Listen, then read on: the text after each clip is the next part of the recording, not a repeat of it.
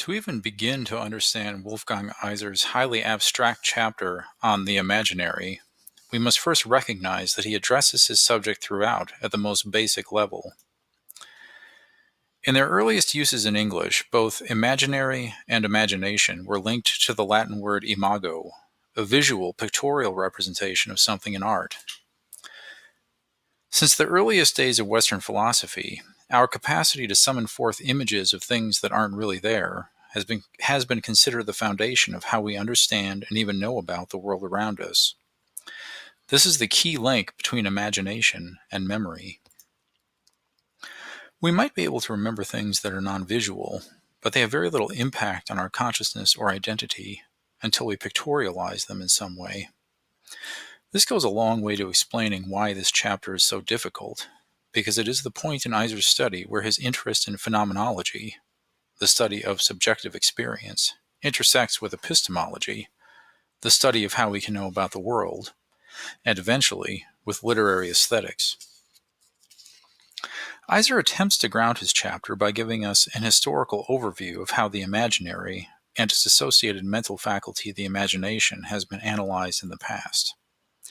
He begins with a famous and still influential discussion of imagination that is found in the Biographia Literaria, or literary biography, of the Romantic poet Samuel Taylor Coleridge.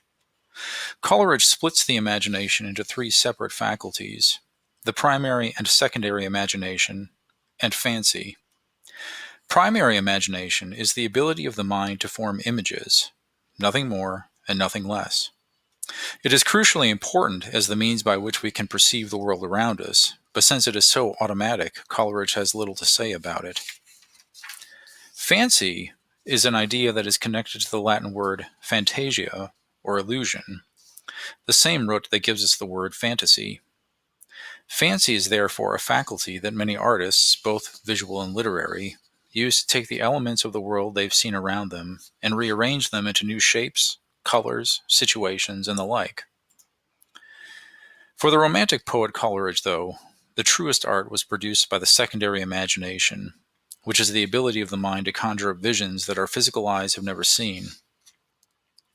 This often happens to us without our active will being involved, as in dreams or hallucinations, but a devoted artist can force their secondary imagination into action by intense discipline, fasting, sensory deprivation, or drug use, the latter of which Coleridge tried when he composed Kubla Khan.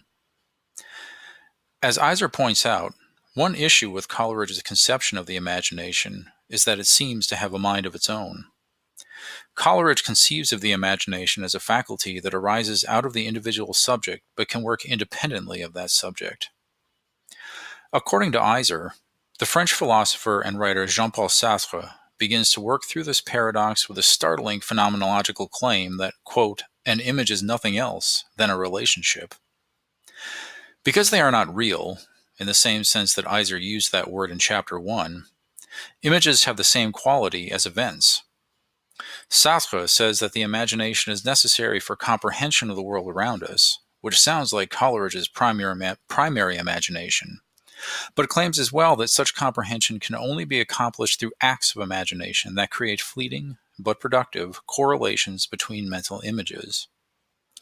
A key metaphor for Sartre is that of oscillation.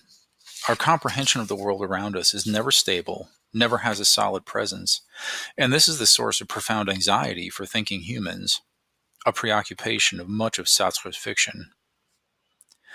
As subtle as Sartre's conception of the imagination is, Iser still felt that he had simply replaced Coleridge's unifying subject with a more anemic consciousness that watched the play of images produced by the imagination as if on a screen.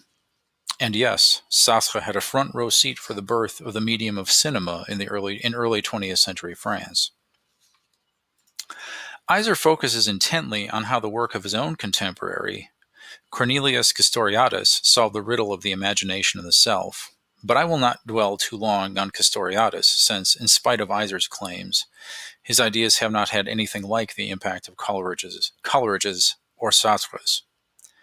Iser's discussion of Castoriadis does, however, bring the discussion of the imagination back into the social, if not the real world, with his idea of the radical imaginary. This is not the politically radical, mind you, but is again based on etymology, the imagination as the radix or root of social institutions. To sum up Iser's very lengthy discussion of Castoriadis, there is a key connection between the images of the imaginary, which seem to arise out of nowhere, and novel social institutions, which seem to do the same. Thus, the imagination, which seems to be intensely personal and unreal, in fact, has a foundational impact on how we can perceive, conceive, and understand the society around us. We feel the truth of this assertion when we speak metaphorically of abstract institutions like tying the marriage knot or raising kids, but it also becomes apparent in the ways that we tell ourselves stories about those institutions in, you guessed it, fictive texts. And that connection leads Iser rather abruptly and briefly into some very useful concrete revelations at the end of an otherwise ridiculously abstract chapter. The first of these has to do with the genre of literature that I've chosen to focus on in this class, that of fantasy. Iser points out that far from making new imagined worlds out of nothing, fantasy literature relies even more heavily on mimetic reflections of the real than does much realist fiction.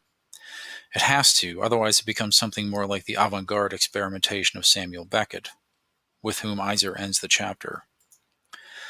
But in so doing, fantasy literature does not have to imagine a perfected world with all the problems wished away. Instead, Iser says it, quote, ties up the mimetic with the miraculous in order to exhibit what has been lost in a technologically oriented civilization, end quote. Following scholars of the fantastic like Rosemary Jackson and Frederick Jameson, and tying the discussion back to Castoriadis, Iser recognizes that this most imaginary of all genres is in many ways the most radical, as it uses the space of the imaginary to posit new social constructions. Iser's final excursus on fantasy literature highlights one other significant consequence of his discussion of the imaginary that is not addressed until later on in the book, but which has significant bearing on the pedagogy of fiction. Since the imaginary is essentially specular, that means that visual media, like painting and sculpture, yes, but even more so cinema, television, and digital formats, actually work to limit and restrict the ambiguities and paradoxes that Iser holds to be so important for the imaginative. One can see this fact most at work in visual adaptations of fantasy literature, in which the depiction of unreal textual subjects, like dragons, unicorns, even krakens, makes them both more concrete and less wondrous. This is a very effective response to why we should keep teaching print fiction at all, in an era in which other media are so much more prevalent. If we believe that the imaginary has the ability to radically transform both the individual identities of readers and the social institutions of which they are members, then according to Iser, it exhibits that ability most powerfully in the purely linguistic form in which it manifests itself in the fictive.